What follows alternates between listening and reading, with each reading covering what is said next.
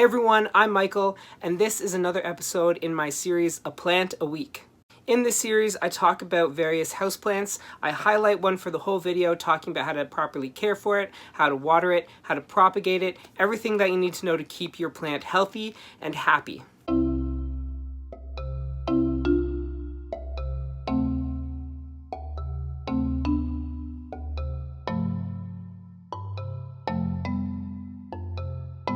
This plant is called Hoya Carnosa, or as it's more commonly known, the wax plant. There are numerous varieties of Hoya Carnosa, and the care for each is relatively similar, but this variety is the regular old green one, the OG Hoya Carnosa, the Grand Duchess of the Crimson Queen and the Princess. Hoyas are typically known for their blooms and the fragrant smell their blooms give off. Mine isn't blooming, but typically you won't see a Hoya bloom until it's been in your home for a few years. It takes a while to acclimate to its new environment, but when it does, you can expect intermittent blooms year-round. I've had mine for like 3 or 4 years now though, and it still has not bloomed.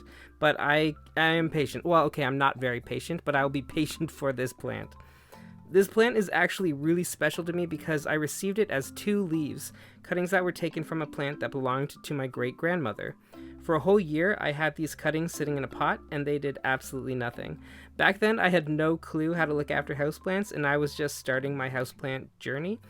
But one day I looked down and saw that I had put out a few little leaves, and then a couple months later I looked down and there were even more leaves, and now it's one that is constantly putting out new leaves and vines.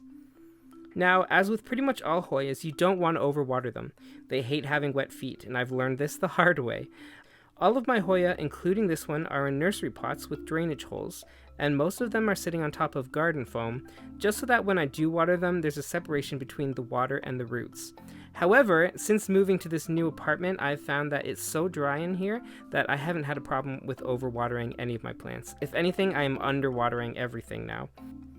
Hoyas are epiphytic, which means in nature they grow on the sides of trees and on other plants, which is partially why they don't like their roots sitting in wet soil. So the type of soil you want to keep your Hoyas in is something that is well draining. I keep mine in a mixture that's about 50% potting mix and 50% orchid bark, with some perlite thrown in, which I guess comes to about 110%. Which doesn't really make any sense, but you get it, I'm not good with ratios. Hoyas also like to be pot bound, so there's no rush in repotting something that you've just purchased. Unless you've drowned it and it starts going downhill, then you maybe want to repot it with some fresh, well-draining soil. I keep a number of Hoyas, and I found that in terms of lighting, these plants require brighter lighting than most plants. Sure, you can keep them in an indirect light area, but their growth will be incredibly slow. I actually keep all of my Hoyas in an area where they get direct south sunlight through the afternoon and all day long. And because of that, they've grown quite proficiently. That being said, most Hoyas don't do well when the weather drops. Up here in Canada, during the winter, you want to move your Hoyas out of any drafty windows as temperature drops can really affect them.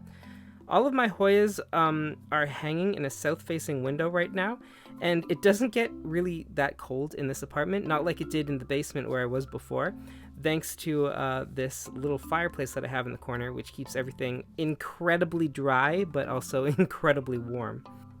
As far as fertilization, Hoyas aren't big feeders, so they're not going to need a lot of fertilization. However, I learned a little tip when it comes to growing Hoya and increasing the rate at which they grow. Get yourself a bottle of orchid spray, and once a week spray it on the leaves and vines of your Hoyas. Hoyas and orchids are both epiphytes, and for some reason, the orchid fertilizer spray works wonders on Hoyas. I always have trouble with that word, epiphytes.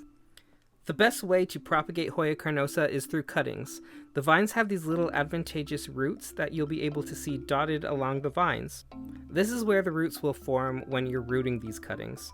You can propagate them in water or in sphagnum moss, and I've actually rooted them both ways in both mediums, so it does work. They took about the same amount of time, normally about 1.5 to 2 months to root. I've never had a problem with pests on my Hoya Carnosa, but I'd say with most Hoyas, mealybugs are the most common pest you'll come across.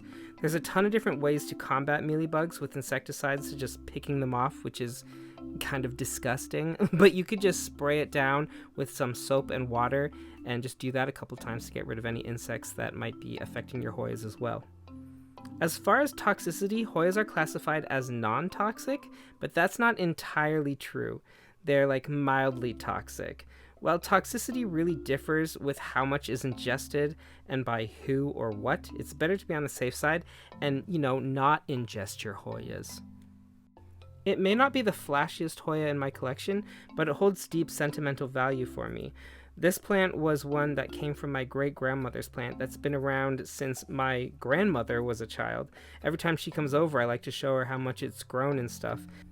I'm just over here, quietly waiting for it to bloom. Bloom already! I don't have that much patience! Thanks again for watching. Remember to like and subscribe for similar content. On Mondays, I post videos about houseplants. And on Fridays, I also post videos about houseplants, and reading, writing, photography, art, and any other generic interests of mine. As always, you can find my social media links in the description below. Also, you can find links to H&H Games, the board game company I've helped create, and our debut board game, Season of Heroes. You can also find the Amazon links to my fantasy series, A Chronicle of Crowns. Thanks for watching, bye!